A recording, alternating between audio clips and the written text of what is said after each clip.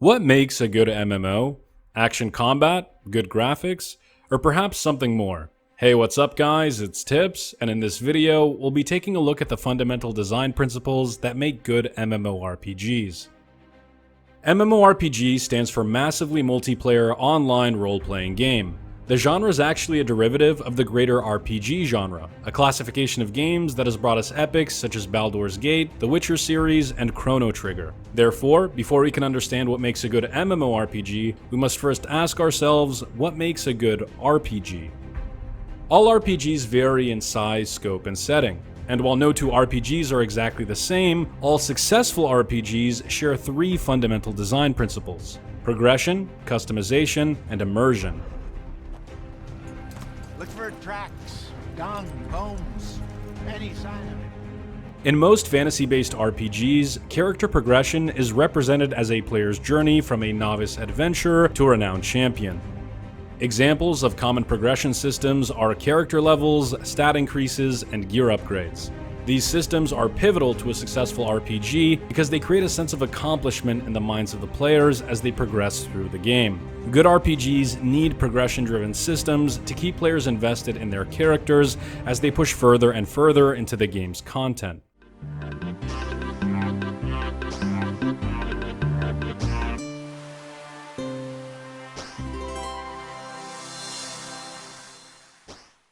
Customization is defined as the degree of freedom to which a player may personalize their game experience. Customization systems allow players to distinguish themselves from one another in a manner that suits their personality and playstyle. Common examples of customization systems in RPGs are character creation options, class selection, and skill choice. These systems are vital to a role-playing environment because they appeal to the basic human sense of individualism. Therefore, all successful RPGs have various customization systems in place to help players shape their character identity and stand out among their peers. The third principle of good RPG design is immersion. Immersion is defined as a game's ability to draw a player into its world. Truly immersive titles can temporarily suspend a player's sense of disbelief, making them forget that they're playing a game.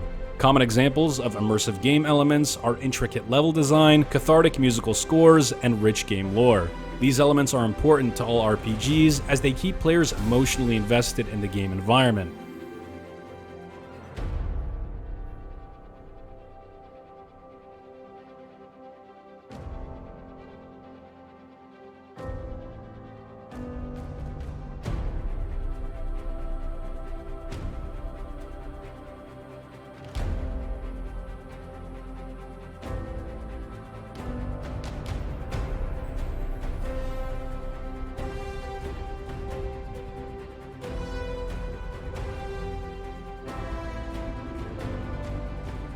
The most successful RPGs tend to be the most immersive. Progression, customization, and immersion. These are the three design pillars that the entire RPG genre stands on. But this video isn't about RPG game design, it's about MMORPG game design, so let's discuss the remaining half of the genre, MMO. I do want to note that the term MMO is not inherently exclusive to the RPG genre. MMO FPS and MMO survival games exist as well. But like RPGs, all successful MMO games are designed around three basic principles: competition, cooperation, and community. Competition is the literal cornerstone of all multiplayer games. In MMOs, competitive systems grant players an opportunity to establish dominance over massive amounts of cohorts. Common examples of competitive systems in MMOs are player killing, territorial conquest, and PvE speedruns. Competition in massive multiplayer games allows for higher levels of competitive play that simply do not exist in a LAN environment. Good MMOs embrace the genre's competitive nature and provide several ways for players to measure themselves against each other. Cooperation, on the other hand, fosters collaborative player relationships. In MMOs, cooperative systems allow players to work together to achieve common goals. Some examples of cooperative systems are dungeon grouping, raiding, and player-run economies. Cooperation is necessary in MMOs as it allows for large-scale player-to-player interaction, something that again cannot be provided in a LAN-based environment. And finally, the third fundamental pillar of MMO game design, community. If cooperation is the pillar that drives player interactions, then community is the pillar that transforms those interactions into meaningful relationships. Common examples of community tools in MMORPGs are in-game chat channels, guild or clan creation, and selectable non-sharded servers. Good community systems keep players coming back to a title even when its gameplay features have become stale. It doesn't take a genius to recognize just how important this pillar is. Progression, customization, immersion. Competition, cooperation, community. These 6 fundamental design principles are the building blocks of successful MMORPGs, and they should serve as the compass heading for all who wish to try their hand at the genre. Sadly, however, these principles seem to have been forgotten by the modern games industry. Today's MMORPGs favor graphics settings, action combat, and in-game cash shops over solid progression systems and community. While sick visuals and dynamic combat may enhance an MMO's experience, they're but the proverbial frosting on the cake. The cake should always come first. In fact, one of the greatest MMORPGs of all time is actually one of the ugliest games on the market. Yet despite being nearly 20 years old and sporting an archaic turn-based combat system, RuneScape continues to raise its concurrent player count year after year. That's because RuneScape's success is largely due to the game's design philosophy, a philosophy clearly guided by the 6 MMORPG design principles we've just mentioned. But I wouldn't consider RuneScape the best MMO of all time. There's another game that embodies the 6 principles more than any before it, and that game is classic World of Warcraft.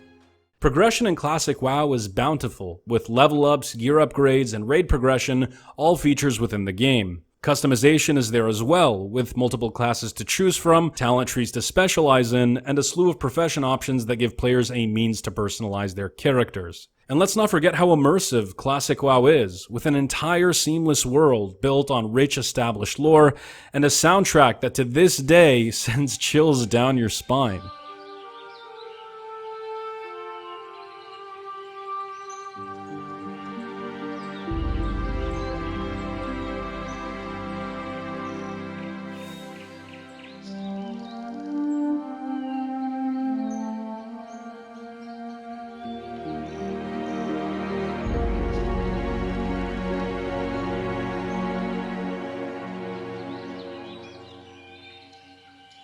Classic WoW offered world PvP, world boss objectives, and a competitive raiding scene. It also fostered player cooperation by encouraging players to group up and take down dangerous quest mobs. And when it comes to community, name one other gaming community that got Activision to listen. One final time: progression, customization, immersion. Competition, cooperation, community. These are the 6 pillars of game design that make for a good MMORPG.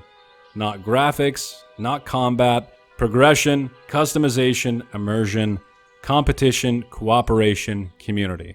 But that's just my opinion, and I'd love to hear yours. What design principles do you think make a good MMO? Let me know in the comments below, or let me know on Discord. I've linked my channel in the description. Also, if you like the video and want to see more content like this, consider subscribing to me on Patreon, which I've also linked below.